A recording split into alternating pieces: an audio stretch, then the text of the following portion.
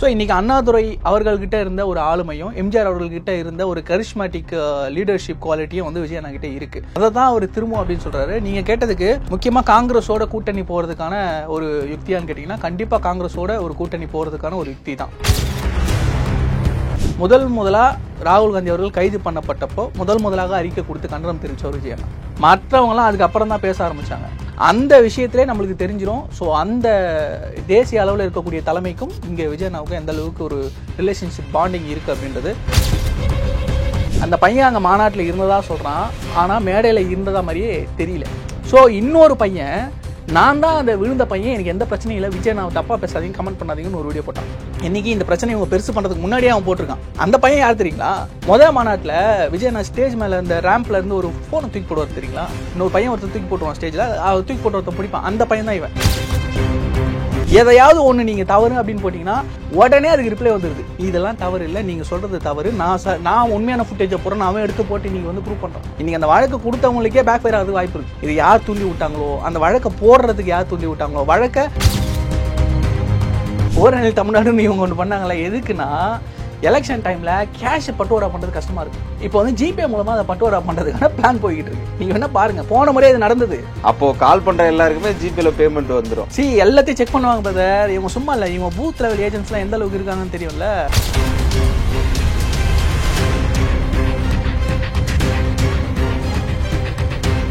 Real நேயர்களுக்கு வணக்கம். இன்று நம்முடன் நேர்காணலுக்காக தமிழ்நாடு இளைஞர் கட்சியிலேருந்து நரேஷ் அவர்கள் இணைந்திருக்காங்க. வணக்கம் சார். வணக்கம் பிரதர். எப்படி இருக்கீங்க? நலமா இருக்கேன். நீங்கள்? நல்லா இருக்கேன் சார். இப்போது மக்கள்கிட்ட வந்து பார்த்திங்கன்னா ஒரு கேள்வியாகவே இருக்குது தமிழக வெற்றி கழகத்தை பற்றி. என்னன்னா, தமிழக வெற்றி கழகத்தோட நிலைப்பாடு தான் என்ன? இப்போது அரசியல் எதிரி திமுக அப்படின்றாங்க, கொள்கை எதிரி பிஜேபி அப்படின்றாங்க.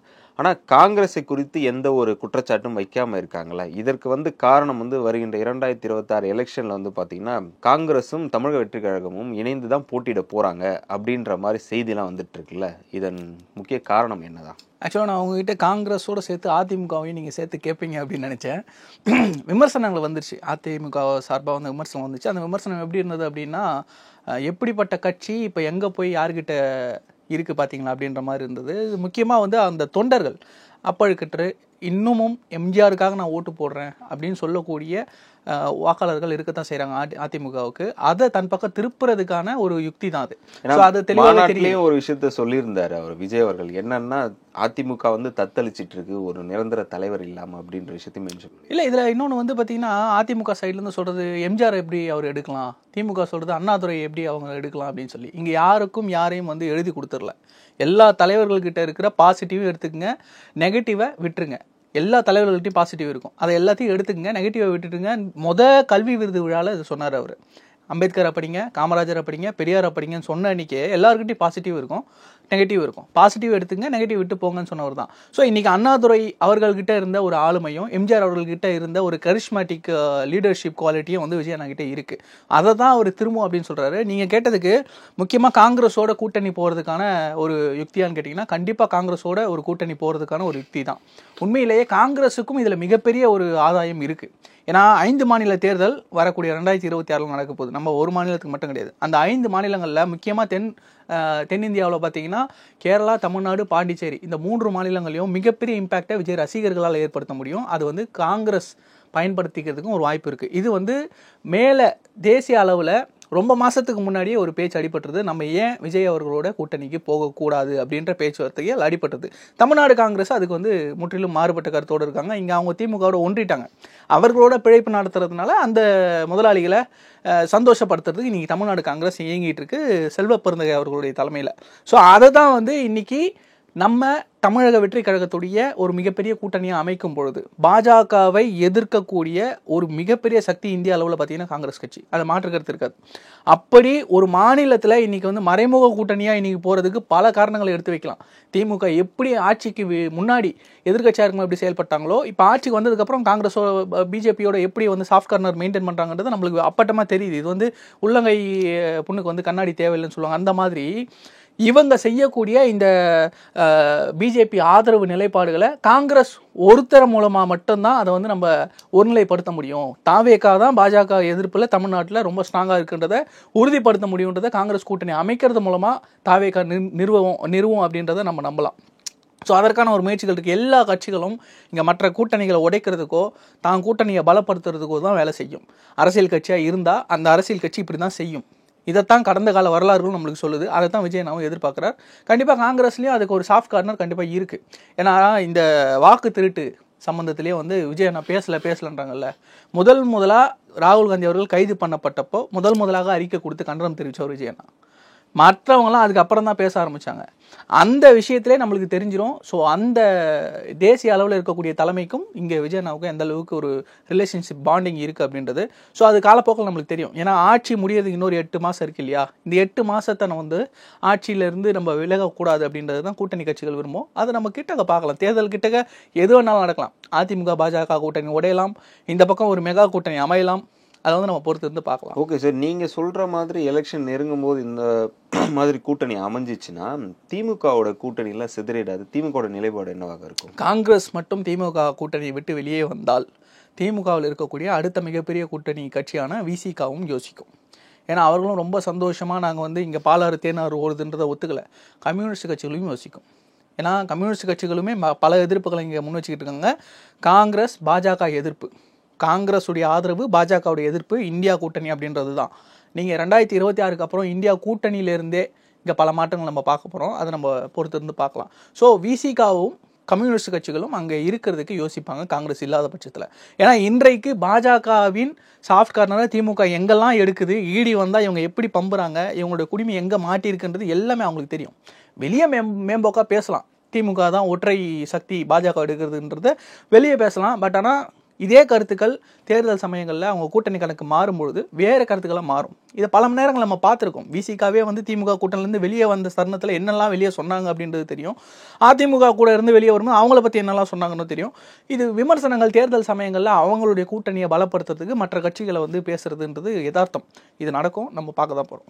ஓகே சார், இன்னொரு விஷயம் என்னன்னா, மாநாட்டில் நடந்த விஷயம் வந்து பார்த்தீங்கன்னா ஒரு சர்ச்சையாகவே போயிட்டு இருக்கு இன்னைக்கு வரைக்கும். அந்த இளைஞனை தூக்கி போட்டதா ஒரு புகார் எழுப்பியிருக்காங்க விஜய் மீது, பவுன்சர்கள் மீதும். இதற்கு வந்து பார்த்தீங்கன்னா தமிழக வெற்றிக்கழக சார்பிலேருந்து தலைமையிலிருந்து எந்த ஒரு அறிக்கையும் மறுப்பும் தெரிவிக்கல. என்ன காரணம்? அவங்க தெரிவிக்கணுன்ற அவசியம் கிடையாது. இந்த வழக்கு வந்து ஆக்சுவலாக இது யாரோ ஒரு சீரியல் டைரக்டர் வச்சு ஸ்கிரிப்ட் ரெடி பண்ண மாதிரி தான் இருக்குது. ஆக்சுவலாக என்ன நடந்திருக்கு அப்படின்னா, மாநாட்டில் நாங்கள் இருந்தோம். மாநாட்டில் என்னென்ன நடந்தது, எங்கெங்கெல்லாம் எது பாசிபிலிட்டிஸ்ன்னு நம்மளுக்கு தெரியும். அங்கே கூட்டம் அப்படின்றது சாதாரணமாக இல்லை. முன்னாடி நாள் நைட்டு அங்கே 10,000 பேர் இருக்காங்க. நைட்டு சிடி நிர்மலா வந்து மைக்கில் சொல்கிறாரு, நாளைக்கு மதியம் தான்ப்பா மாநாடு, நீங்கள்லாம் போயிட்டு நாளைக்கு வாங்க அப்படின்னு சொல்கிறாங்க. லைட்லாம் ஆஃப் பண்ண போகிறோம், உள்ள லைட்டு போட்டு வைக்க முடியாது, நீங்கள் கிளம்புங்க அப்படின்னு சொல்கிறாங்க. கேட்கல. ஆதவர்ஜுனா வந்து பேசுகிறாரு, கேட்கல. யார் சொல்லியும் கேட்கல. அந்த கூட்டம் அங்கேயே இருக்குது. காரணம், நாளைக்கு மதியம் தளபதி விஜய் இங்கே பார்த்துட்டு அவர் பேசுகிறத கேட்டுட்டு தான் போகணும். அப்படியே உயிராக நிற்கிறாங்க. அந்த கூட்டம் தளபதியை பார்க்கும்போது ஆர்ப்பரிச்சு போய் மேடையில் ஏற ட்ரை பண்ணுறதெல்லாம் நடக்கும் தான். அதெல்லாம் தடுக்கிறதுக்கு கடந்த முறை என்னெல்லாம் முயற்சி பண்ணோமோ அதை தாண்டி இந்த முறை அதிகமாக பண்ணாங்க. அதையும் தாண்டி ஆர்வ மிகுதியில் பசங்க வந்து மேலே ஏற தான் செய்வாங்க, சின்ன பசங்க. ஸோ அவங்க அந்த ஆர்வத்தில் இவங்கெல்லாம் பொலிட்டைஸ் ஆகிட்டாங்களா அப்படின்னு கேட்டிங்கன்னா இன்னும் டைம் ஆகும். அதெல்லாம் தாண்டி ஒருத்தர் மேலே ஏறுறாரு. அந்த பவுன்சர் அந்த ஃப்ராக்ஷன் ஆஃப் செகண்டில் நடந்தது. 2-3 பேர் வரும்போது அதை வந்து கட்டி பிடிச்சி தூக்குற விஷயங்கள்லாம் நம்ம பார்த்தோம். தூக்கி சுழட்டி போட்டது அதை வந்து தவறு. நம்ம வந்து அதை சரின்னு சொல்லவே மாட்டோம். விஜயனாவும் அதே நொடி அதை கடிச்சார். நீங்கள் பண்ணாதீங்க, இது பின்னாடி போங்க, நீங்கள் முன்னாடி வராதிங்க, நீ பின்னாடி போங்க, அதெல்லாம் தொடாதீங்க, அப்படிலாம் பண்ணாதீங்க அப்படின்னு சொல்லிட்டு அங்கேயே சொல்லிட்டு அந்த நபர், உண்மையிலேயே விழுந்த நபரே வந்து நிறைய வீடியோஸ் கொடுத்துருக்காரு. இப்படி செஞ்சு ஒரு சம்பவம் நடந்திருக்கு. அதை கடந்து போகாமல் அதை வச்சு எப்படி இதை வந்து நெகட்டிவிட்டியாக மாற்றலாம் அப்படின்ற ஒரு செய்தியை வந்து ஒரு நெரேட் பண்ணி அதுக்கு ஒரு ஸ்க்ரீன் ப்ளே பண்ணி ஒரு டைரக்டர் வச்சு அதை பண்ணியிருக்காங்க.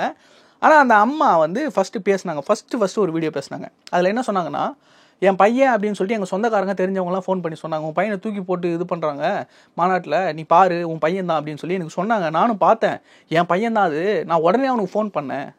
நான் ஃபோன் பண்ணால் நான் இங்கே தான் இருக்கேன் மாநாட்டில், நான் வந்துடுறேன், எனக்கு ஒன்றும் இல்லை அப்படின்னு சொன்னான்றாங்க. மாநாட்டு திடல்லேருந்து ஒரு 5-6 கிலோமீட்டர் சர்க்கிளுக்கு ஃபோன் நெட்வொர்க்கே கிடையாது. நாங்களே ஃபோன் பேசணுன்னா அவுட்கோட் இந்த எலியாபுரம் நினைக்கிற ஒரு டோல் இருக்கும், அந்த டோலை தாண்டி வெளியே வந்தால் தான் சிக்னல் கிடைக்கும். நாங்கள் மாநாட்டிலே இருந்தோம். சரிங்களா, பார்க்கிங்லேருந்து வெளியே வந்து கொஞ்சம் தூரம் போனால் தான் சிக்னலே கிடைக்கும். உள்ள நெட்வொர்க் கிடையாது, எதுவுமே கிடையாது, இன்டர்நெட் கிடையாது. ஃபோன் பண்ணி நான் பேசினேன், நான் இங்கே தான் இருக்கேன்னு சொல்கிறதெல்லாம் வந்து போய் அங்கேயே மாட்டிக்கிச்சு. அந்த பையன் அங்கே மாநாட்டில் இருந்ததா சொல்கிறான், ஆனால் மேடையில் இருந்ததா மாதிரியே தெரியல. ஸோ இன்னொரு பையன், நான் தான் அந்த விழுந்த பையன், எனக்கு எந்த பிரச்சனையும் இல்லை, விஜய் நான் தப்பாக பேசாதீங்க, கமெண்ட் பண்ணாதீங்கன்னு ஒரு வீடியோ போட்டான். இன்றைக்கி இந்த பிரச்சனை இவங்க பெருசு பண்ணுறதுக்கு முன்னாடியே அவன் போட்டிருக்கான். அந்த பையன் யார் தெரியுங்களா? மாநாட்டில் விஜய் நான் ஸ்டேஜ் மேலே இந்த ரேம்பில் இருந்து ஒரு ஃபோனை தூக்கி போடுவார் தெரியுங்களா? இன்னொரு பையன் ஒருத்தர் தூக்கி போட்டுருவான் ஸ்டேஜில், தூக்கி போட்டு ஒருத்தன் பிடிப்பான், அந்த பையன் தான் இவன். திரும்பவும் இதே ரேம்ப், இவனுக்கு ஒரே இதே வேலையை தான் இருந்திருக்கான். ஸோ விஜய் நான் பார்க்கணும், கிட்ட போய் மேடையில் அவர்கிட்ட கையை கொடுத்துடணும் அப்படின்ற ஒரு எண்ணத்தில் இருக்கான். அவன் நான் தான் போனது, இந்த பையன் யாருன்னு தெரியாது, வழக்கெல்லாம் கொடுக்குறாங்க அப்படின்னு சொல்லி திரும்ப திரும்ப அது பெருசாக கான்ட்ரவர்சியாக போகுது. இது எந்த அளவுக்கு போயிடுச்சுன்னா, முதல்ல நான் தாங்க நான் அங்கே இல்லை, அந்த மாநாட்டு மேடையில் நான் கிடையாது, நான் தூரமாக இருந்தேன் அப்படின்னு சொல்லி வீடியோ போட்ட பையன், நான் தாங்க இருந்தேன், எனக்கு உடம்பு வலிக்குது, மனசு வலிக்குது அப்படின்னு சொல்லி பல கதைகளை உருட்டுறான். அப்புறம் சொல்கிறான் இது போதாதுன்னு நான் இப்போ வழக்கு கொடுக்க போகிறேன்றான். அப்போ அந்த போதாதுன்ற வார்த்தையிலே தெரியுது யாரோ இங்கே சொல்லி கொடுத்துருக்காங்கன்ட்டு. இதை வந்து நெரேட் பண்ணுறதுக்கு இங்கே ஆளுங்கட்சி சூப்பராக அவங்கள வச்சு ஸ்க்ரீன் ப்ளே பண்ணி டைரக்ட் பண்ணியிருக்கு. பிரச்சனை என்னன்னா, என்ன தான் நீங்கள் வந்து பொய் பிரச்சாரங்கள் நெகட்டிவிட்டியை பரப்பணும்னு நினைச்சாலும் சில மணி நேரத்தில் இந்த விர்ச்சுவல் வாரிசை வச்சு செஞ்சு விட்றாங்க. ஏன்னா 360 டிகிரி அங்கே கேமராஸ் இருக்குது, பசங்க கையில் இருக்கிறதெல்லாம் கேமரா. பசங்க எல்லாருமே இன்றைக்கி வந்து விஜிலன்ஸாக மாறிட்டாங்க. எதையாவது ஒன்று நீங்கள் தவறு அப்படின்னு போட்டிங்கன்னா உடனே அதுக்கு ரிப்ளை வந்துடுது, இதெல்லாம் தவறு இல்லை, நீங்கள் சொல்கிறது தவறு, நான் உண்மையான ஃபுட்டேஜை போடுறேன், அவன் எடுத்து போட்டு இன்றைக்கி வந்து ப்ரூவ் பண்ணுறான். இன்றைக்கி அந்த வழக்கு கொடுத்தவங்களுக்கே பேக் ஃபயர் ஆகுது வாய்ப்பு இருக்குது. இது யார் தூண்டி விட்டாங்களோ, அந்த வழக்கை போடுறதுக்கு யார் தூண்டி விட்டாங்களோ, வழக்கை உடனே எஃப்ஐஆர் போட்டு, அதுவும் விஜயனா வரைக்கும் எஃப்ஐஆர் போடுற அளவுக்கு தூண்டி விட்டாங்களோ, அதை வந்து பேக் ஃபயர் ஆக போது அவங்க வாபஸ் வாங்க போகிறாங்க. இது வந்து பெருசாக போகாது. இதுக்கெல்லாம் தலைமை வந்து ரியாக்ட் பண்ணணும், அறிக்கை கொடுக்கணும், மறுப்பு தெரிவிக்கணுன்ற அவசியம் இல்லை. அவர் அப்போவே அந்த செகண்டே அவர் வந்து வருத்தம் தெரிவிச்சிட்டாரு, இதெல்லாம் பண்ணாதீங்க அப்படின்னு கண்டிச்சிட்டாரு பவுன்சரை. பவுன்சருக்கு ஒன்றும் தெரியாது, அவங்களுக்கு ஒரே வேலை ஆபத்துலேருந்து பாதுகாக்கணும். முன்னாடி வரவன் ஆர்வத்தில் வரானா இல்லை வந்து ஏதோ ஆபத்தை விளைவிக்க வரானான்னு தெரியாது, அவங்க தடுக்கணும், அதுதான் அவங்க டியூட்டி. வரவனை வந்து நீங்கள் ஃப்ரீயாக விட்டுட்டு அவன் ஏதாவது செஞ்சிட்டானா, கையில் ஏதோ வச்சு கீறிட்டானா இல்லை குத்திட்டானா, இதெல்லாம் பார்க்கணும்ல. இதுதான் ஏற்கனவே அவருக்கு இப்போ த்ரெட் இருக்குன்றதுனால தான் பாதுகாப்பு கொடுக்குற அளவுக்கு பிரச்சனை இருக்குது. பாதுகாப்பு வேணால் நான் என்னோட பாதுகாப்பை நான் பார்த்துக்கிறேன் அப்படின்னு சொல்லிட்டாரு. ஸோ அதையும் வந்து இதெல்லாம் கன்சிடர் பண்ண விட வேணும். அதை ஒரு பெரிய விஷயமா எடுத்துக்கிட்டு தலைவர் இப்படி தூக்கி போடலாமா, தலைவரே தூக்கி போட்ட மாதிரிலாம் பேசிக்கிட்டு இருக்காங்க உட்காந்து. இங்கே உதயநிதி அவர்களுக்கு ஒரு மீட்டிங் நடந்தது, கே நேரு கூட நிற்கிறாரு. இந்த திமுக தொண்டர்கள்லாம் வரிசையாக வராங்க, எல்லாம் சால்வை கொடுக்குறாங்க உதயநிதி அவர்களுக்கு. அங்கே எப்படி தெரியுமா பண்ணார் கே நேரு, 2 பேரை கழுத்தா முட்லேயே அடித்து தள்ளுறாரு. அந்த வீடியோலாம் இருக்குது, போடா அப்படின்னு தள்ளுறாரு. அவன் ஒன்றுமே பண்ணல, சும்மா வந்து சால்வை கொடுத்துட்டு போகிறான். அவன் ஒரு 2 செகண்ட் நின்றுட்டானா அதுக்கு அந்த அடி. இவங்கெல்லாம் வந்து தலைவர் எப்படி இருக்கணுன்றதை பேசுகிறாங்க. ஒரு அமைச்சர் துணை முதல்வரை பார்த்து ஒரு சால்வை கொடுக்குறான், உங்கள் கட்சி தொண்டை தான், அவன் பொதுமக்கள் கூட கிடையாது. அவனை இப்படி பண்ணலாமா, நீங்கள் இப்படி பண்ணிட்டு பேசுகிறீங்க. அதாவது இன்றைக்கி என்ன ஆயிடுச்சுன்னா, தாவேக்காவை யாராவது ஒருத்தர் நெகட்டிவிட்டி பண்ணுறாங்க அப்படின்னா அவங்களுடைய ஹிஸ்ட்ரி பூகோளம் எல்லாத்தையும் உடனே எடுத்து போட ஆரம்பிச்சிடறாங்க. இன்றைக்கி அவங்களுக்கு பெரிய பேக்ஃபயராக இருக்குது. முன்னாடி பேசுனது, முன்னாடி செஞ்சது எதையும் மறக்க முடியாது. நீங்கள் சோஷியல் மீடியா யுகம், நீங்கள் பண்ணதெல்லாம் டாக்குமெண்ட்டாக கிடக்கு, எங்கே இருந்தாலும் தேடி எடுத்துருவோம். அந்த அல்காரிதமே சொல்லுது, நீங்கள் விஜய் அவர்களை பற்றி ஒரு நெகட்டிவிட்டி பவுன்சர்களால் வீசப்பட்ட அப்படின்னு போட்டானா உடனே கேன்னு ஒரு வீடியோ வருது. அந்த அளவுக்கு பசங்க இணையத்தில் வந்து தீயாக இருக்காங்க. ஸோ அதெல்லாம் வந்து பெருசாக அவங்க எடுத்துக்க வேண்டிய விஷயம் கிடையாது. திமுக குறித்து இன்னைக்கு ஒரு சர்ச்சை எழுந்திருக்கு. என்னன்னா, சிவகங்கை மாவட்டத்தில் வந்து உங்களுடன் ஸ்டாலின் அதற்கு போகும்போது பெறப்பட்ட மனுக்களை வந்து ஆற்றில் வீசியிருக்காங்க அப்படின்னு சொல்லிட்டு ஒரு செய்தி வந்திருக்கு. இது எந்த அளவுக்கு உண்மை, நீங்கள் எப்படி பார்க்குறீங்க அதை? ஆக்சுவலாக வந்து இது வந்து திராவிட மாடல்னு சொல்கிறாங்க. என்னை பொறுத்த வரைக்கும் இது வந்து விளம்பர மாடல், தனியார் மாடல், குடியார மாடல், இப்படி தான் இருக்குது. ஏன்னா இவங்க இப்போ நம்ம சொல்கிறோம்ல, இப்போ மனு வாங்குறாங்க, 4.5 ஆண்டுகளாக இந்த மக்களை கண்டுக்காமல் 4.5 வருடங்கள் கழித்து இந்த 6 மாதத்தில் ஏதாவது செஞ்சு தாஜா பண்ணிடலான்ட்டு மக்கள்கிட்ட போயிட்டு நிற்கிறாங்கல்ல உங்களுடன் ஸ்டாலின். உங்களுக்கு என்னென்ன குறைகள் இருக்குது, என்னென்ன தேவைகள் இருக்குதுன்னு கேட்குறாங்க. அந்த மனுவாக வாங்கிக்கிட்டு அதை வாங்க வர்றது அவுட் சோர்ஸ் பண்ணுறாங்க. அதுவும் வந்து இவங்க பண்ணல, வெளியேருந்து ஆட்களை போட்டு அவங்க வந்து இங்கே யாரும் இந்த வாலண்டியர்ஸ் மாதிரி பண்ணிகிட்டு இருக்காங்க. பசங்க, காலேஜ் பசங்க பார்ட் டைமாக பண்ணுறாங்க, அந்த மாதிரி வராங்க, வந்து கேட்குறாங்க. அவங்க ஏதோ ஃபார்மாலிட்டிக்கு வந்த மாதிரி கேட்டுட்டு நம்பரை மட்டும் தெளிவாக வாங்கிட்டு போயிடுறாங்க. நம்பரை தெளிவாக வாங்கிட்டு கிளம்பிடுறாங்க. அந்த மனுக்கள் கூட போய் சேர்றது கிடையாது. முகாம் போடுறாங்க, முகாம்களில் கட்டுக்கட்டாக பண்டலாக வருது. அந்த பண்டல்லாம் எங்கடா இருக்குன்னு பார்த்தா ஆற்றுல இருக்குது, இல்லைனா குப்பமேட்டில் இருக்குது, இந்த மாதிரி தான் இருக்குது. இதே மாதிரி உங்கள் தொகுதியில் ஸ்டாலின் சொல்லி 2021 தேர்தலப்போ பொட்டி பொட்டியாக தூக்கிட்டு போனால, தொகுதியாக போயிட்டு மீட்டிங் போட்டு அந்த பெட்டிலாம் எங்கே, அது எந்த லாக்கரில் எந்த கஜானாவில் ஒழிச்சு வச்சுருக்காங்கன்னு தெரில. அந்த பொட்டியில் கொடுத்த எல்லா மனுக்களையும் 100 நாளில் நிறைவேற்றிறேன்னு சொல்லிட்டு ஒரு துறை போட்டார்ல, அந்த துறை என்னாச்சு? இதெல்லாம் மக்கள் மறந்துடுறாங்க. இதெல்லாம் எடுத்து வைக்க வேண்டிய இடத்துல இருக்கும். இன்றைக்கி யாரும் வேண்டாம், மக்களை எடுத்து வைக்கிறாங்க. நாங்கள் குறைய சொன்னோம் கேட்கல அப்படின்ட்டு. இது எந்த அளவுக்கு ஒரு விளம்பர மாடல் ஆயிடுச்சுன்னா, நலம் காக்கும் ஸ்டாலின் ஒரு திட்டம் இருக்குல்ல, அது வந்து உங்களுக்கு வந்து மருத்துவத்துறையில் இந்த ஸ்டாலின் அரசு உங்களுக்கு நலம் காக்குது, இல்லைனா ஏதாவது ஒரு திட்டத்தை வந்து கொண்டு வந்து உங்களுக்கு செயல்படுத்துகிறாங்க அப்படின்னா அது மருத்துவமனையிலோ இல்லை உங்கள் வீட்டுக்கோ வர வேண்டிய விஷயம். இங்கே பார்க்குறேன் கிண்டி பிரிட்ஜ் இருக்குல்ல, இந்த கிண்டி பிரிட்ஜு கத்திப்பாரா ஃபுல்லாக நலம் காக்கும் ஸ்டாலின்னு பேனர் போட்டு அந்த ஒரு லேம்ப் விளம்பரம் வச்சுருக்காங்க. ஸ்டாலினோட படம் இருக்குது, கீழே ஒரு குடும்பம் இருக்குது, நலம் காக்கும் ஸ்டாலின்னு திட்டம் இருக்குது. அதுக்கு கீழே வேறு எதுவுமே இல்லை. எதுக்கு வச்சுருக்கீங்க அதை? ஏதாவது ஒரு நம்பர், இந்த நம்பரை கான்டாக்ட் பண்ணுங்கள், உங்களுக்கு இந்த திட்டத்தின் மூலமாக உங்களுக்கு உதவி வரும், இல்லைனா இவங்களை கான்டாக்ட் பண்ணுங்கள், இல்லைனா இதை செய்யுங்க அப்படின்னு வழிமுறையா, இல்லை ஏதாவது ரூல்ஸ் அண்ட் ரெகுலேஷன்ஸா? ஆனால் உங்களோட ஸ்டாலினில் நம்பர் கொடுத்துலாம் விசாரிக்க சொல்கிறாங்க. நம்பர் கொடுத்து விசாரிக்கிறது எதுன்னு எனக்கு தெரியும். ஓரநிலை தமிழ்நாடுன்னு இவங்க ஒன்று பண்ணாங்களே, எதுக்குன்னா எலெக்ஷன் டைமில் கேஷை பட்டுவாடா பண்ணுறது கஷ்டமாக இருக்குது. இப்போ வந்து ஜிபே மூலமாக அதை பட்டுவாடா பண்ணுறதுக்கான பிளான் போய்கிட்டு இருக்கு. நீங்கள் வேணா பாருங்க, போன முறை இது நடந்தது. அப்போ கால் பண்ணுற எல்லாருக்குமே ஜிபேல பேமெண்ட் வந்துடும். எல்லாத்தையும் செக் பண்ணுவாங்க பிரதர். இவங்க சும்மா இல்லை, இவங்க பூத் லெவல் ஏஜென்ட்ஸ்லாம் எந்த அளவுக்கு இருக்காங்கன்னு தெரியும்ல. சும்மா இல்லை, அவங்க எல்லாம் எல்லாத்தையும் செக் பண்ணுவாங்க. ஜிபேல இருக்கான்னு பார்ப்பாங்க, இல்லைனா ஜிபே நம்பர் கொடுங்கன்னு கேட்பாங்க. இதெல்லாம் நடக்கும். எலெக்ஷன் கமிஷன் இது எதையுமே வந்து பெருசாக கண்டுக்காது. எலெக்ஷன் கிட்ட நம்ம பார்க்கணும் அதெல்லாம். ஏன்னா இவங்க லாஸ்ட் டைமே நான் பார்த்தேன், பல இடங்களில் கேஷ் பட்டுவாடா வந்து வேலூரில் உங்களுக்கு தெரியும் 2019 எலெக்ஷனே நிப்பாட்டப்பட்டது. எதுக்குன்னா துரைமுருகன் அவர்கள் சொந்தமான இடங்களில் வீட்டில் ரைடு நடந்து ஒரு 10-11 கோடி ரூபாய் வந்து பிடிச்சாங்க. அந்த கேஸ் இன்னும் போய்கிட்டு இருக்கு. அவர் 2வது முறை அதுக்கப்புறமும் ஜெயிச்சு, அதுக்கு அடுத்த எலெக்ஷன்லையும் ஜெயிச்சு, இப்போ அவர் தான் எம்பியாக இருக்காரு. ஆனால் அவரால் அந்த தேர்தல் நிறுத்தப்பட்டது. ஏன்னா பணப்பட்டுவாடா எங்களால் கட்டுப்படுத்த முடியல அப்படின்னு தேர்தல் ஆணையமே கையை விரிச்சது. இந்தியாவிலேயே ஒரே தொகுதி, என் தொகுதி, நான் நின்னேன். அந்த தொகுதியில் இவ்வளோ மோசமாக நடந்திருக்குன்னா இந்த அளவுக்கு இப்போது டெக்னாலஜிலையும் இறங்கிட்டாங்க. எல்லாருக்கிட்டையும் பணப்பட்டுவாடாவை கேஷாக இல்லாமல் எப்படி நம்ம டிஜிட்டலாக டிரான்ஸ்லேட் பண்ணுறதுன்றத விஞ்ஞானபூர்வமான ஊழல்கள்லாம் திருட்டுகள்லாம் சரியாக பண்ணக்கூடியவர்கள் தான் இவங்க. இவர்களுக்கு வந்து இந்த அங்கிள்ன்ற டேக் கரெக்டாக இருக்கும். ஓகே சார், தமிழக வெற்றி கழகத்தோட அடுத்த பிளான் என்னவாக இருக்குது? மாநாடு முடிஞ்சதுக்கப்புறம் தமிழக வெற்றி கழகத்தோட என்ன நகர்வுன்னு சொல்லி தெரியாமலே இருக்கு இல்லையா, அதுக்காக கேட்குறேன். மொதல் விஷயம் வந்து ஒரு பிராண்டிங் வந்து உடைக்கிறாங்க பிரதர். உண்மையிலேயே இந்த எந்தெந்த திட்டங்கள் கொண்டு வந்தாலும் அதில் ஸ்டாலின் அப்படின்ற ஒரு முகம் போட்டு பேர் போட்டு ஒரு பிராண்டிங் பண்ணுறாங்க இல்லையா, அதை உடைக்கிறதுக்கான எல்லா வேலையும் பண்ணிட்டு இருக்காங்க. அதை தான் அந்த அங்கிள்னு ஒரு வார்த்தையை போட்டு அந்த பிராண்டிங்கை உடைச்சிது. நீங்கள் எல்லாருமே இங்கே என்ன பேசுகிறாங்க அப்படின்னா, அந்த அங்கிள்னு சொன்னதை ஏளனப்படுத்திட்டாரு, கொச்சப்படுத்திட்டாரு.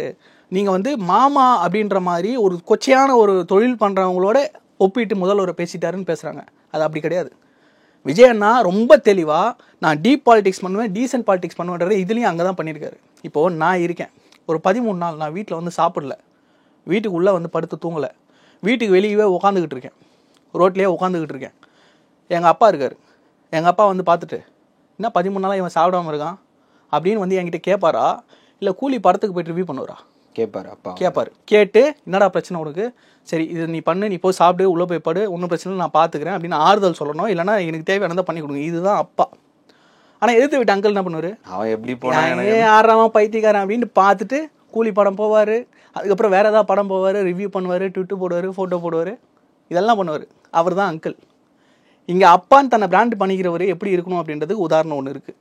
அங்கிள் எப்படி இருப்பாருன்றதுக்கு ஒரு உதாரணம் இருக்குது. இப்போ முதல்வர் அப்பாவா அங்கிளை நீங்கள் சொல்லுங்கள்.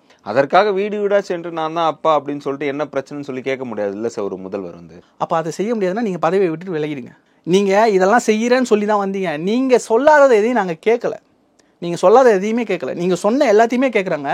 நீங்கள் சொன்ன எதையுமே செய்யலைன்றதை ஒன்றொன்னா உடையுது. நீட்டு தேர்வு, கல்வி கடன் ரத்து, நகை கடன் ரத்து, மாதம் 1000 ரூபாய் எல்லாருக்கும் கொடுக்குறேன், நீங்கள் எதுவுமே கொடுக்கல.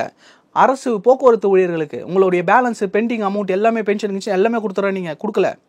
இன்னும் போக்குவரத்து ஊழியர்களில் ஒப்பந்த ஊழியர்களை வந்து பணி நிரந்தரம், இந்த துப்புரவு தூய்மை பணியாளர்கள் பணி நிரந்தரம், செவிலியர்கள் ஒப்பந்த பணியாளர்கள் பணி நிரந்தரம், இப்படி எல்லா துறைகளிலும் என்னென்ன பிரச்சனை இருக்கும் எல்லாத்துக்கும் நான் ஒரே தீர்வு. அதாவது ஒரு படத்தில் சொல்லுவாங்கள்ல, ஒரே மாத்திரை டோட்டலாக எல்லா பிரச்சனையும் சால்வ் ஆகிடும்ன்ற மாதிரி திமுக வந்தால் எல்லாமே சால்வ் ஆகிடுனாங்க. ஒன்றுமே சால்வ் ஆகல. இங்கே பிரச்சனை பெருசாகிட்டே தான் போகுது. 4.5 லட்சம் கோடி இந்த கடன் 10 லட்சம் கோடி தொட்டுருச்சு. இவங்க என்ன பண்ணுறாங்க, கடன் வாங்கி இங்கே வீங்கிக்கிட்டே போகுது. இது வளர்ச்சியில், இங்கே வளர்ச்சின்னு சொல்கிறோம், துறையில் இவ்வளோ வளர்ச்சி, இந்த துறையில் அவ்வளோ வளர்ச்சின்னு சொல்கிறோம்ல, அது வளர்ச்சியில் வீக்கம். எல்லா பக்கமும் வளர்ந்தால் தான் வளர்ச்சி. எல்லா துறையிலையும் பிரச்சனை இருக்குது, ஏழ்மை இன்னும் இருக்குது. கிட்னி திருடுறாங்க, கேட்டால் அது முறைகேடா, நீங்கள் வேறு அமைச்சர் வேறு கோச்சி வேறு. அப்புறம் கிட்னி முறைகேடு, 2 லட்சம் ரூபாய்க்கு கிட்னியை விற்கிற அளவுக்கு ஒருத்தனுடைய நிலைமை இன்னமும் இருக்குன்னா, நீங்கள் இங்கே வளர்ச்சியை கொண்டு வரல, வீக்கத்தை கொண்டு வந்திருக்கீங்கன்னு நீங்கள் புரிஞ்சுக்கணும். சரிங்களா? ஸோ அதைத்தான் வந்து உடைக்கிறதா பிளான் இருக்குது தாவேக்காது. இந்த இமேஜை உடைக்கிறது மூலமாக விஜய் அண்ணாவுடைய இமேஜ் வளருது. இன்னொன்று, இப்போது அண்ணாவுடைய பிறந்தநாள் வருது. எக்ஸ்க்ளூசிவாக எனக்கு தெரிஞ்ச விஷயம், அண்ணாவுடைய பிறந்தநாள் வருது. அன்றையிலிருந்து மக்களை சந்திக்க செல்கிறார் தளபதி விஜய் அவர்கள்ன்ற ஒரு சின்ன ஒரு செய்தி வந்திருக்கு. அது எந்த அளவுக்கு அப்படின்றத பார்க்கணும். ஏன்னா திமுக ஆரம்ப புள்ளியே அங்கேருந்து தான் மக்களை சந்திக்கணும் அப்படின்னு நினைக்கிறேன். ஸோ பொறுத்திருந்து பார்ப்போம். ஆனால் கண்டிப்பாக அவர் எடுக்கிற ஒவ்வொரு மூவும் இங்கே இருக்கிற எல்லாருக்கும் தூக்கத்தை கலைக்குது. அது எல்லா கட்சிகளும் இன்றைக்கி கதறக்கூடிய எல்லாருமே ஒரு அணியில் இருக்காங்க.